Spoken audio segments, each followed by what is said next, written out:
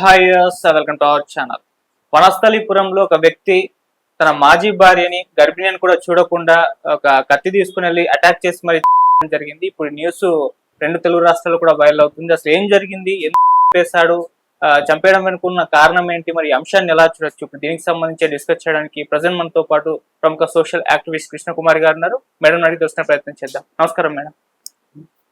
Madam, మాజీ భార్య పైన, అది కూడా ఆమె రెండో పెళ్లి చేసుకుని గర్భిణిగా కూడా ఉంది. సో అటువంటి టైంలో ఇతను 2 నెలలు రెక్కీ చేసి మరి అసలు ఏం జరిగింది, ఎలా చూడొచ్చు అంశాన్ని? ఇది చాలా బాధాకరమైన విషయం అండి. ప్రతి ఒక్కళ్ళు ఖండించాల్సిన విషయం. మామూలే, ఇంట్లో వాళ్ళు చూశారు, పెళ్లి చేశారు. కెనడాలో అబ్బాయికి ఉద్యోగం ఉందన్నారు. ఈ అమ్మాయిని కెనడా తీసుకెళ్ళిన తర్వాత అక్కడ వాళ్ళిద్దరికి మనస్పర్ధలు వచ్చినాయి. ఆ అమ్మాయి వెనక్కి వచ్చేసి కేసు పెట్టింది. సరే, అటు పెద్దలు ఇటు పెద్దలు కూర్చొని మ్యూచువల్ కన్సెంట్ లో డివోర్స్ తీసేసుకున్నారు. ఎవరి దారిని వాళ్ళు వెళ్ళిపోయిన తర్వాత ఇప్పుడు ఈమె మళ్ళీ పెళ్లి చేసుకున్నారు. పెళ్లి చేసుకుంటే తను ఉద్యోగం చేస్తా ఉంది, హస్బెండ్ ఉద్యోగం చేస్తున్నాడు, ఆమె వర్క్ ఫ్రమ్ హోమ్ ఇంట్లో ఉద్యోగం చేస్తుంది. ఇప్పుడు ఆల్ ఆఫ్ ఎ సడన్ ఇతను కత్తులు తీసుకొని అమ్మాయి మీదకి వచ్చేసేసి అసలు వాళ్ళ అత్తగారు బాల్కనీలో ఉంది. ఆవిడ వచ్చి చూసే లోపే జరగాల్సింది జరిగిపోయింది. ఆమె అరుపులు కేకలతోటి చుట్టూ వాళ్ళందరూ వచ్చి కూడా చేయగలిగింది ఏం లేదు. అతను పట్టుకుందాము అంటే అతను వస్తూ ఒక 2 రంపాలు, పెద్ద 2 కత్తులు, అలాగే పెట్రోలు ఇవన్నీ తీసుకొని వచ్చాడు. అంటే అతని ఉద్దేశం ఏంటి అంటే, ఎవరు అడ్డు రాకపోతే ఆ అమ్మాయిని వేసి పెట్రోల్ పోసి కాల్చాలనేది అతని ఉద్దేశం. ఆ ఉద్దేశంతో వచ్చి పారిపోతే ఎవరు చేశారో తెలియకోకుండా, అతనేం అంత తెలివి తక్కువగా అయితే చేయలేదు, చాలా తెలివి ఎక్కువయ్యే చేశాడు ఇదంతా. ఇలా చేస్తే ఇప్పుడు అతను చెప్పే కారణం ఏంటి అంటే, ఇప్పుడు పేపర్లో రాసింది ఏంటి అంటే, అతని పైన కేసులు పెట్టింది ఈ అమ్మాయి.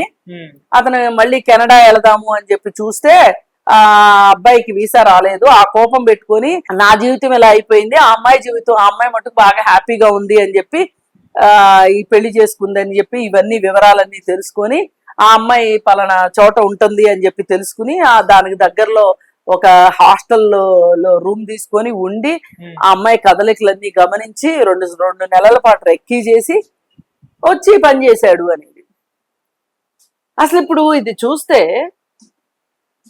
అప్పుడు ఆ అమ్మాయి విడాకులు అడిగిన టైంలో, అంటే అతని పైన కేసు పెట్టినప్పుడు ఆ కేసును చాలా మంది నమ్మి ఉండకపోవచ్చు. చాలా చోట్ల అదే కదా జరుగుతుంది. ఇప్పుడు ఏం చెప్తారు అప్పుడు నమ్మని వాళ్ళు? అసలు నిజంగా వీడు సరైనోడైతే అమ్మాయి ఎందుకు, ఏ భార్య అయినా సరైన భర్త దొరికితే ఎందుకండి తగాదాలు పెట్టుకొని బయటకు వచ్చేస్తుంది? ఇప్పుడు మొదటి పెళ్లి అవ్వడమే ఎంతైనా, రెండో పెళ్లి అన్న దీనిలో ఒక వేదన ఉంటది. విడాకులు అనేది మనం మాట్లాడేసుకున్నంత ఈజీగా ఉండదు, వేరే మనుషులు మాట్లాడుకున్నంత ఈజీగా ఉండదు. అది ఒక చాలా భారమైన ఒక ప్రయాణం. అది ఒక రకంగా పెళ్లి అంత ఆనందకరమైన ప్రయాణం అయితే కాదు విడాకులు అనేది. మరి అంత మానసిక వేదనకి సిద్ధపడి కూడా ఎందుకు విడాకులు తీసుకుంటారు అంటే, ఇలాంటి శాడిస్టుల్ని వదిలించుకోవటానికే విడాకులు తీసుకుంటారు. ఇప్పుడు వీడు ఎంతటి శాడిస్ట్ అంటే, సరే పెళ్లికి ముందు ఆ అమ్మాయిని ఏదో చిత్రహింసలు పెట్టాడు, ఆ అమ్మాయి వద్దనుకుంది, సరిపోని ఆ అమ్మాయి తప్పే ఉండి విడాకులు తీసుకుంది, అయిపోయింది, ఆ అమ్మాయి జీవితం అమ్మాయి బతుకుతుంది. అసలు వీడికి ఇప్పుడు ఈ విడాకులు తీసుకున్న భార్య జోలికి వచ్చే హక్కు ఎంతవరకు ఉంది? అసలు ఎవరి జోలికైనా వెళ్ళే హక్కు లేదు అసలు. అంటే ఇక్కడ మనం ఆలోచించాల్సింది ఏంటంటే, మనం ఏదో గ్రేగా మాట్లాడేసుకున్నంత మాత్రాన దీనికి పరిష్కారం దొరకదు. ఇలా చేయడం తప్పు అన్నంత మాత్రాన ఇక్కడ ఒక భావజాల సమస్య ఉంది.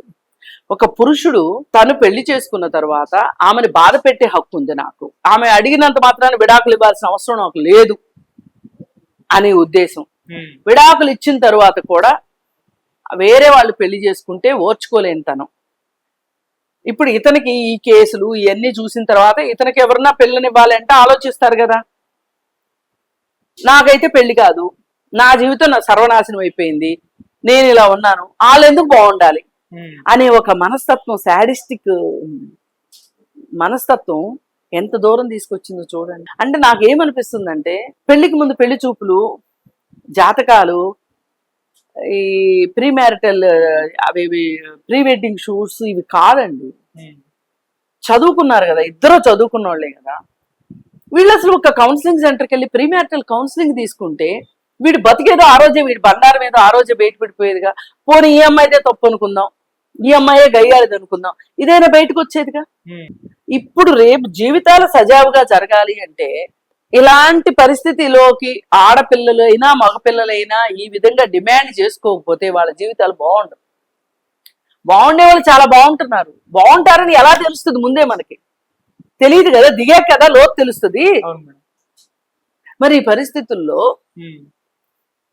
ఇంత అన్యాయం అయిపోయింది. ఆ అమ్మాయి పాపం అక్కడ చాలా కష్టాలు పడింది, అయిపోయింది, వచ్చింది, పోరాడింది, విడాకులు తీసుకుంది, పెళ్లి చేసుకుంది, ఉద్యోగం చేసుకుంటుంది, చక్కగా ప్రెగ్నెంట్ అయింది, హ్యాపీగా ఉండాల్సిన అమ్మాయి జీవితంలోకి మళ్ళీ వీడు యమకింకరుడిలాగా వచ్చి విధంగా చేశాడు అంటే చాలా మంది ఏమంటారంటే అసలు ఏంటి, ఎట్లా ఇట్లా ఇలా ఎందుకు చేశాడు అంటే ఒకటే, ఈ సినిమాల్లో ఇప్పుడు ఒక డైలాగ్ ఉంటుంది చూడండి, ఆ పిల్ల నాదిరా అనే ఒక డైలాగు వీడికి కూడా మనసులో ఈ పిల్ల నాదిరా, నేను పెళ్లి చేసుకున్నాను కాబట్టి నేను ఏడిపించినా నవ్విచ్చినా తిండి పెట్టినా తిండి పెట్టకపోయినా నన్ను అంటి పెట్టుకుని ఉండాలా, నన్ను భరించాలా, నేను చెప్పిన మాట వినాలా, ఈ పిల్ల నాది. ఈ ఈ ఈ మనస్తత్వం చాలా మంది మగపిల్లల్లో ఉంటది. అందుకే పెళ్లి చేసుకుంటానన్న అమ్మాయి చేసుకోను అంటే ఆ అమ్మాయిని మొన్న ఆడెవడో కాల్ చేశాడు, ఇంకోడెవడో చేస్తాడు, ఇంకోటి చేస్తాడు. ఇప్పుడు ఇవన్నీ చూసి చూసి చూసి అక్కడో చోట అమ్మాయిలు కూడా చేస్తున్నారు. దీనికి మట్టుకు ఖచ్చితంగా మానసిక ప్రవృత్తే కారణం. విపరీత మనస్తత్వం, anti social personality, sadistic mentality, ఇవన్నీ కారణం ఈ ఈ హత్యలు. ఓకే సరే, ఎట్లయితే వీళ్ళు పట్టుకుందామని వచ్చిన వాళ్ళను కూడా బెదిరించి రూమ్ లోకి వెళ్ళి లాక్ వేసుకున్నాడు. సరే, పోలీసులు వచ్చి చాకచక్యంగా తీసుకుని అరెస్ట్ చేసి రిమాండ్కి అయితే పంపించడం జరిగింది. కానీ ఏది జరిగినా కానీ అసలు లెక్కన ఎవరన్నా ఒక అమ్మాయి విడాకులు తీసుకోవాల్సిన పరిస్థితులు ఉండి కూడా విడాకులు తీసుకోవాలంటే ఎంత ఆలోచిస్తుంది చెప్పండి. ఇంత భయభ్రాంతుల్ని గురి చేసే పరిస్థితుల్లో ఇవాళ ఖచ్చితంగా ఏ అమ్మాయి అయినా సరే అబ్బాయి అయినా సరే తల్లిదండ్రులకి నచ్చజెప్పైనా సరే ప్రీ మ్యారిటల్ కౌన్సిలింగ్ కి వెళ్లాల్సిందే. ఓకే, వెళ్ళి జాతకాలు కాదు చూపించుకోవాల్సిందే. ఇప్పుడు ఈ పెళ్లిలో కూడా జాతకాలు చూపించే ఉంటారు.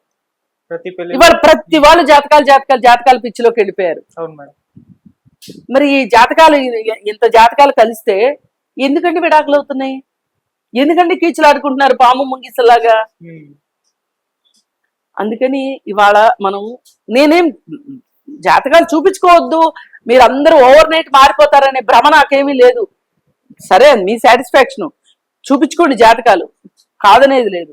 కానీ దాంతో పాటు ఇది కూడా చూస్తే ఈ ప్రీ మ్యారిటల్ కౌన్సిలింగ్కి వెళ్తే వాళ్ళ మనస్తత్వం ఏంటి, వీళ్ళ మనస్తత్వం ఏంటి, అసలు ఈ మనస్తత్వాలకు పొంది కుదురుతుందా లేదా, అసలు వీళ్ళ ఇంట్రెస్ట్లు ఏంటి, వాళ్ళ ఇంట్రెస్ట్లు ఏంటి, అన్ని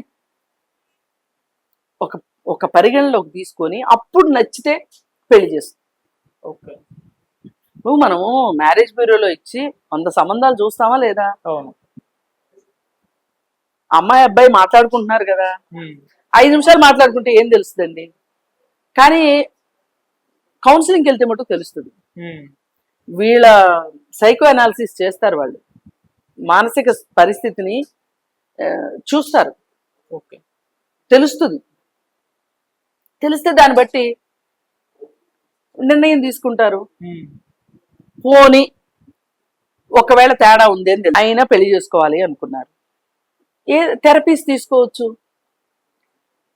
కౌన్సిలింగ్ తీసుకోవచ్చు. పోనీ ఈ సంబంధం తప్పిపోయినా అతనికి నాకు ఈ సమస్య ఉంది అని అతనికైనా తెలుస్తుంది కదా, ఈ అమ్మాయికైనా నాకు ఈ సమస్య ఉంది అని తెలుస్తుంది కదా. అప్పుడు వాళ్ళ భవిష్యత్తు అన్నా బాగుంటుంది కదా. పెళ్ళి అయితే లేదో తర్వాత విషయం, ముందైతే భవిష్యత్తు వాళ్ళకై వాళ్ళు ప్రశాంతంగా ఉంటారు కదా. అసలు ఇప్పుడు ఈ చంపినోడు కూడా వాడితో వాడు మనశ్శాంతిగా ఉన్నాడా, ప్రశాంతంగా ఉండుంటాడా? పగ ప్రతీకారము వాడిని ఎంత నిద్రలేని రాత్రులు గడుపుంటాడు వాడైనా సరే.